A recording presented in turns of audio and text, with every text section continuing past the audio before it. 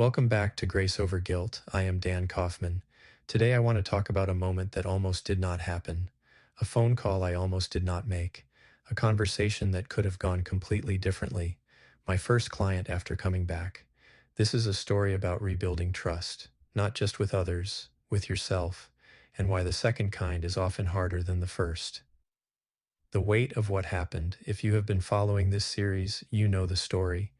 Business collapse, legal trouble, 8 months incarcerated, marriage ended, reputation in shambles. When you come out the other side of something like that, everything is different, including how you see yourself.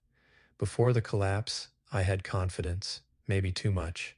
I believed in my ability to figure things out, to deliver results, to help clients build something real. That confidence was not arrogance, it was earned. Years of doing the work and seeing what happened when I did. After, that confidence was gone, not diminished. Gone. In its place was something else entirely. A constant questioning. Can I still do this? Should I? Who am I to advise anyone on anything when I clearly could not manage my own life?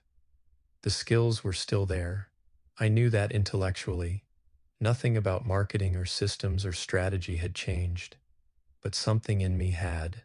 The connection between knowing and doing was broken.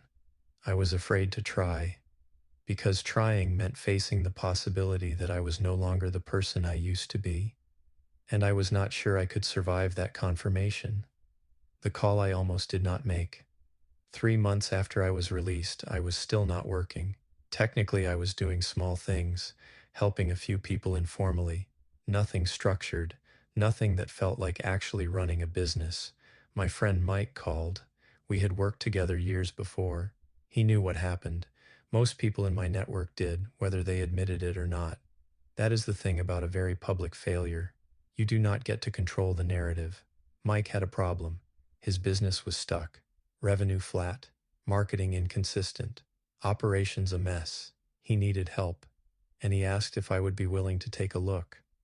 My first instinct was to say no. Not because I did not want to help, because I was terrified of what would happen if I tried and failed, if I let him down the way I had let myself down, if the person who used to be good at this turned out to be gone for good. I told him I would think about it. I spent 3 days thinking about it, which really means I spent 3 days cycling through fear and doubt and every worst-case scenario I could imagine. Then I called him back and said yes. Not because the fear went away, it did not. I said yes because staying frozen was worse than risking failure, because I could not rebuild anything by hiding from everything. The first meeting we met at a coffee shop, neutral territory.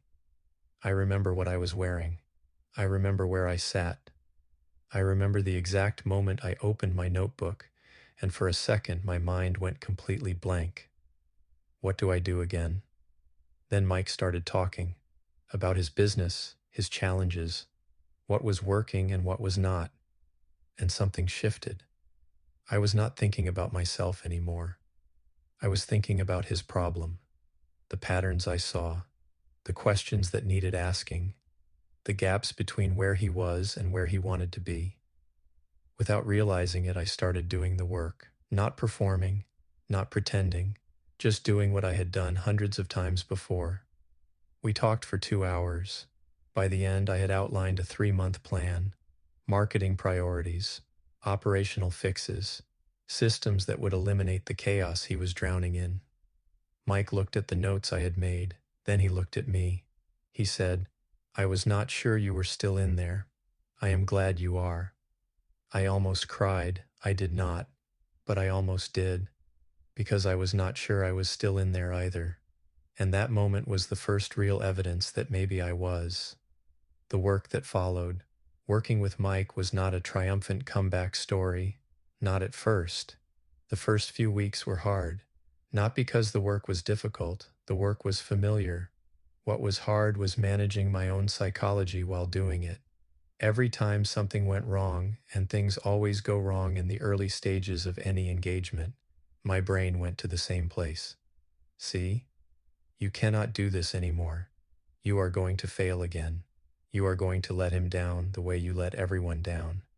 I had to learn to recognize that voice for what it was. Fear wearing a costume, not wisdom, not truth, just fear. And I had to keep working anyway. Slowly, things started to work. His marketing got cleaner. Lead flow improved. Operations became less chaotic. The changes were not dramatic at first, but they compounded. By the end of month 2, Mike was seeing real results. By month 3, revenue was up 30%. Not because I did anything miraculous, because we fixed the fundamentals that were broken and let consistency do the rest. But here is the thing that mattered more than the results. I showed up every day, even when the voice told me I could not, even when fear said to quit. I did not quit. And each day I showed up, the voice got a little quieter. What Mike did not know. Mike thought he was hiring a consultant to fix his business. He was, but he was also doing something else, something he probably did not fully realize.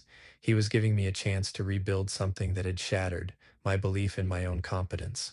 When you fail in the ways I failed, you do not just lose external things, business, reputation, relationships. You lose something internal too, the narrative you have about who you are. I used to be the person who could figure things out, who helped others solve problems, who knew what to do when things got complicated. After the collapse, I no longer knew if that person existed. Mike gave me evidence, proof that the skills were still there, that what I knew how to do could still help someone. That proof did not erase the past. Nothing erases the past, but it created a new data point, a counterexample to the narrative of failure I had been telling myself. I am not sure he knows how significant that was. I should probably tell him. The lesson about trust. Here is what I learned from that first client back. Trust is not rebuilt in your head. It is rebuilt in action. I could not think my way back to confidence. I could not read my way there, or journal my way there, or affirm my way there. The only path was through doing. Through showing up and doing the work, even when every part of me screamed that I was not ready. Readiness is a myth. You never feel ready for the things that matter. You feel ready for the things that do not challenge you. And those things do not rebuild anything. The other lesson, you cannot rebuild alone. Someone has to give you a chance. Someone has to trust you before you are fully trustworthy again. Mike took a risk. He hired someone whose last chapter was a disaster. He bet that the skills were still there, that the person he remembered was still somewhere inside the wreckage. I am grateful for that bet, more than he probably knows. And it made me think about how often I have the chance to take similar bets on others, to give someone a chance when their record does not justify it, to see the person behind the story. Grace extended creates the conditions for redemption. Without it, people stay stuck in the identity of their worst moment. Where it led Mike was not just a client, he was a bridge. From that engagement came referrals. From those referrals came others. Slowly, a business started to form again. Not the same business I had before. Different, smaller in some ways, more focused, but also more honest. The old business was built on hustle and performance.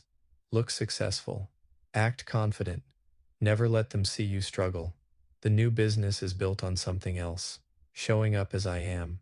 Being honest about what I know and what I do not. Being real about the journey. I am not sure the old version of me could have built this. He was too busy performing. The collapse destroyed a lot, but it also cleared the ground. And what grows in cleared ground is sometimes better than what was there before. Not always. Sometimes cleared ground stays barren, but sometimes with enough patience and work, something new takes root. What I would tell you if you are in the place I was, here is what I would say. The voice that says you cannot do it anymore is lying. It feels true. It sounds authoritative. But it is just fear. And fear is not a reliable narrator. You will not feel ready. Start anyway. The first step is the hardest. Not because it is the most complicated, because it requires moving against everything in you that wants to stay frozen. Find your Mike, someone who will give you a chance, someone who knew you before and is willing to bet on you now. Tell them you are ready even if you are not sure, then show up and prove it. Trust is rebuilt one action at a time, not one thought at a time, not one affirmation at a time, one action, and each action builds on the last, until one day you look back and realize the voice is quieter, not gone, but quieter. That is enough. Quieter is enough. The takeaway: my first client back was not just about business, it was about identity. Who was I after everything fell apart? Could I still do the things I used to do? Was there anything left of the person I had been? The answers did not come from reflection. They came from action, from saying yes when I wanted to say no, from showing up when every part of me wanted to hide. Rebuilding is not a mental exercise, it is a physical one. You rebuild with your hands, with your presence, with the willingness to try again. And if you fail, you try again. Because the alternative is staying frozen, and frozen is not a life, it is just waiting. Do not wait. Make the call you have been avoiding. Take the meeting you are afraid of. Start the work you are not sure you can finish. The confidence will follow the action. It will not come before. Thank you for listening. Next episode, I want to talk about the hardest lesson of all: learning to let go of the person you used to be so you can become who you are now. One step, one day. Grace over guilt.